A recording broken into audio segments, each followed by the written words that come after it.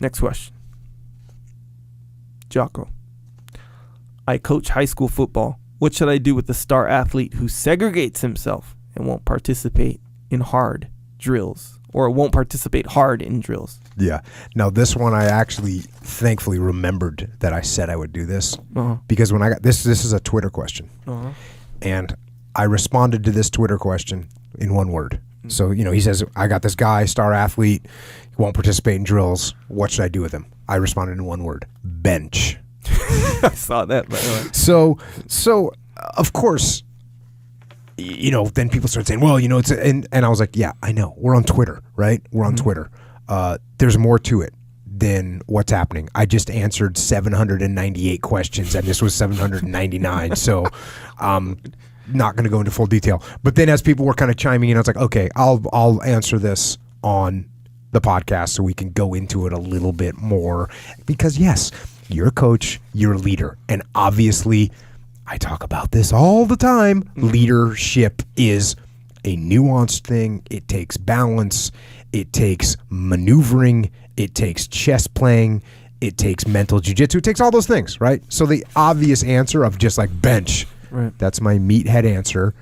And fundamentally, we'll get to it. And fundamentally, that may be the result. But let's dive into it a little bit more. Who's the kid? What's his deal? What's his background? What's his attitude? Where's he coming from? What's his family life? Or what's his family life like? What's his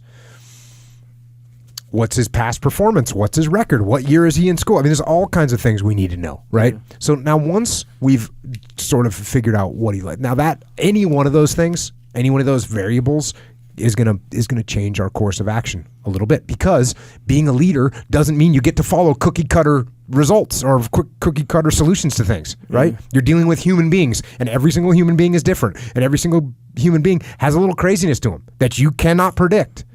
So we're dealing with a kid. Guess what? A 16-year-old boy. That kid is even more unpredictable and even more crazy than most, right? Because he's got testosterone flowing through his system. He's chasing girls. He's just going crazy. He's not secure with himself yet. He's got zits on his face. He's got things going on. He's got issues. And so this kid's crazy, and we're trying to deal with him. Now, most kids can they get through that, and they're still participating with the team. This kid's not. So one of the first things I always say this: you got somebody that's not stepping up into leadership position, or they're not wanting to, you put them in charge of it. You say, hey, Echo, I want you to run this drill. I think the way I'm watching you perform on the field, I think you could really lead this drill well. I want you to lead this drill and show these guys what's up. Right? Oh.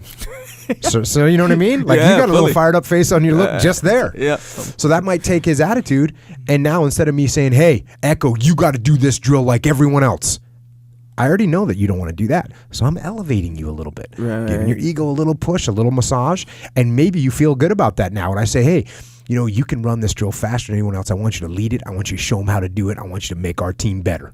Boom. All of a sudden, you're getting a little fired up. So that's one solution type, right? I'm just giving kind of a broad solution types. Another solution type is, and this is real easy, is when you're talking to someone that you want to improve their performance, you don't go to them and say, hey,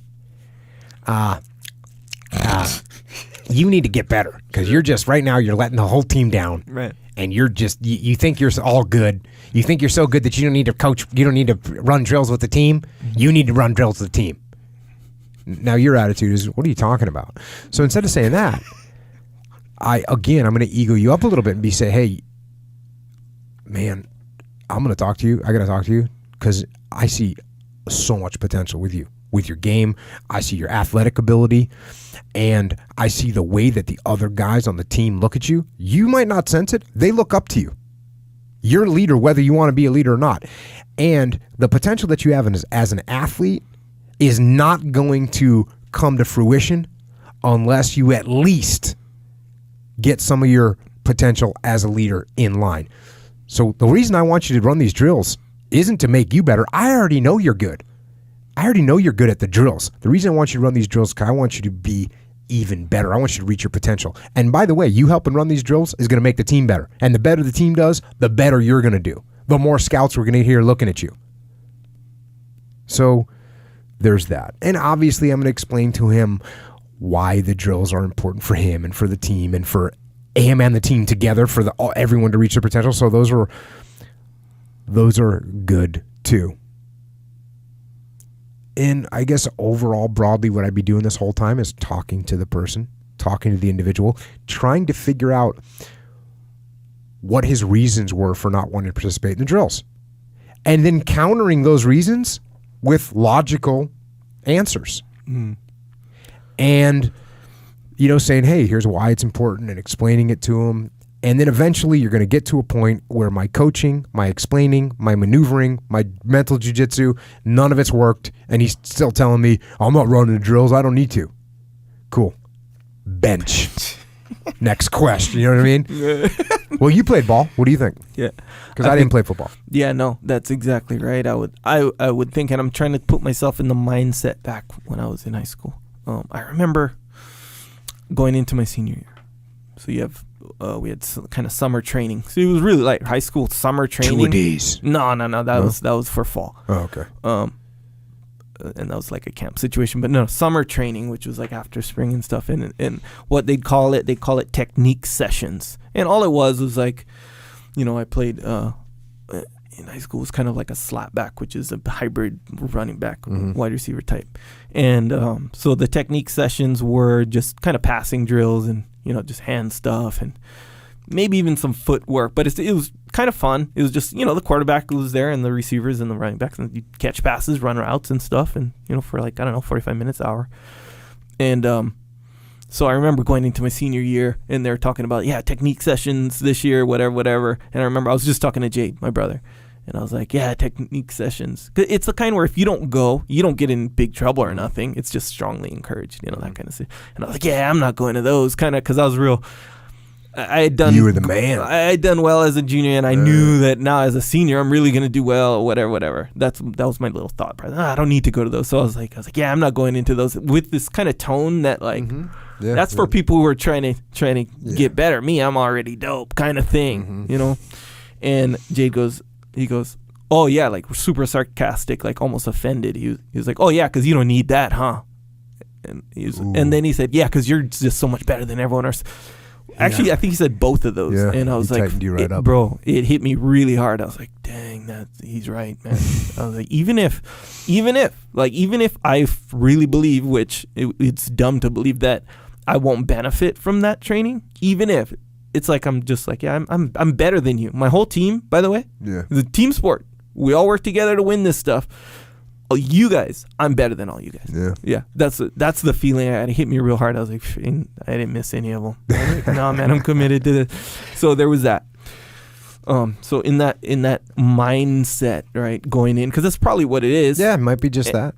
And it makes sense, like, where in your mind, if you don't get it brought to your attention, like, that's really what it is. I don't need to do these drills. I'm scoring touchdowns every single game. Why am I doing these drills that all these non-touchdown scoring people are doing, Yeah.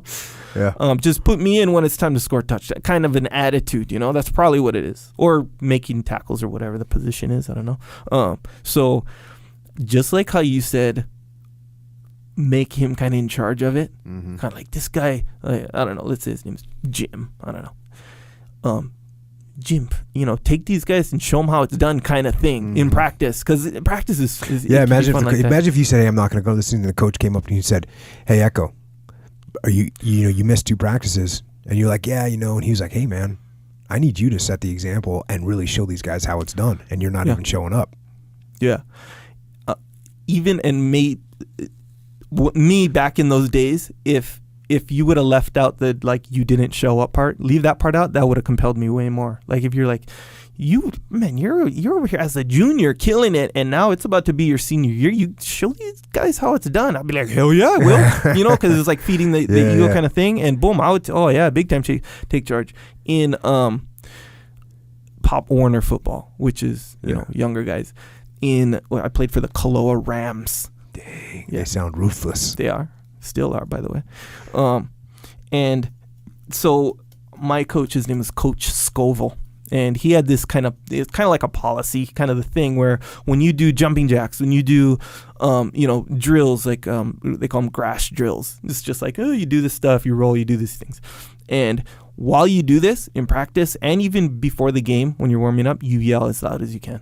That's it. You yell. Little kids just yelling, getting that for his reasons, and it worked, man. We're good. And so what I would do is I would try to be yell as loud as I possibly can to be the loudest guy. During the entire whatever you're doing?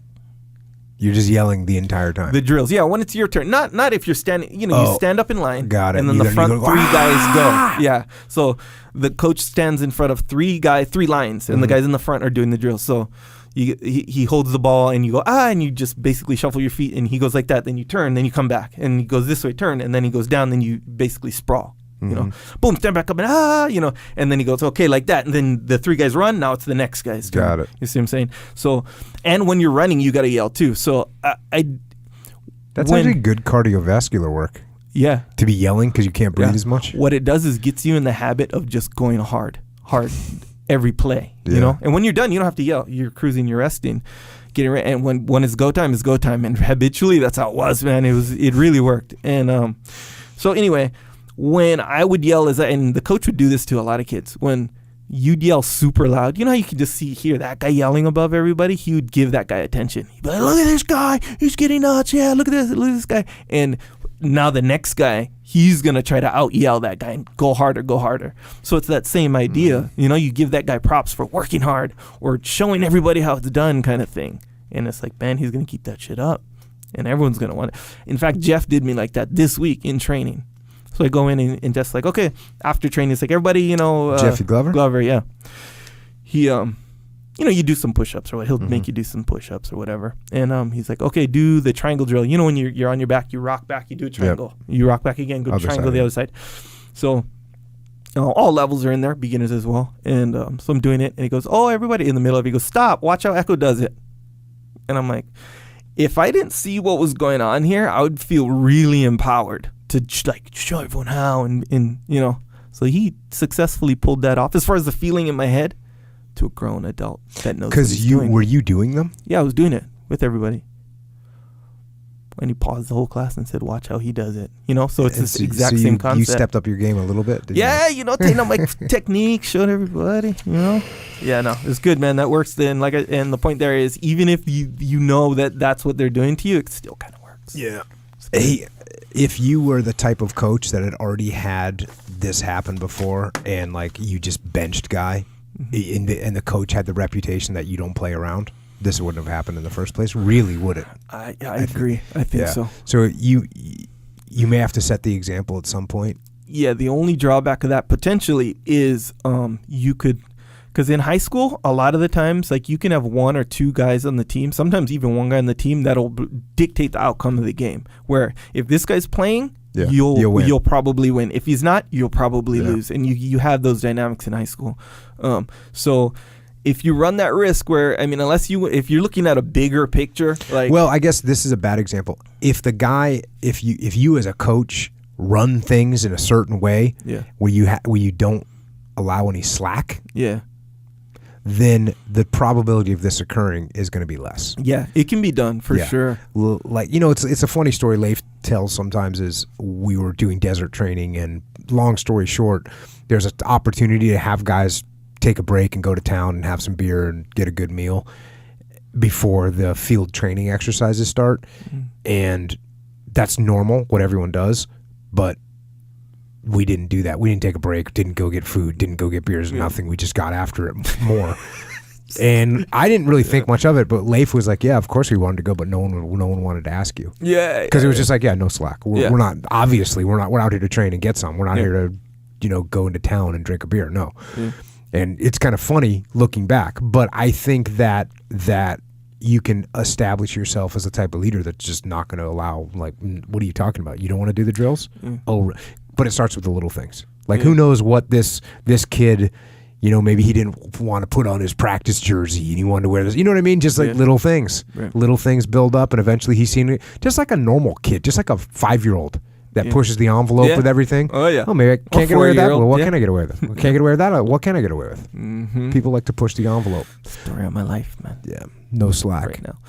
Yeah. But you can go too far with no slack, of course. Yeah. And you now everyone hates you as a coach. Yeah. Because you just don't understand, you don't listen, and you're a jerk. Yeah. You've gone too far in one direction, or you've gone too far in the other direction. Balance, dichotomy of leadership. Get some. Yeah. That's true.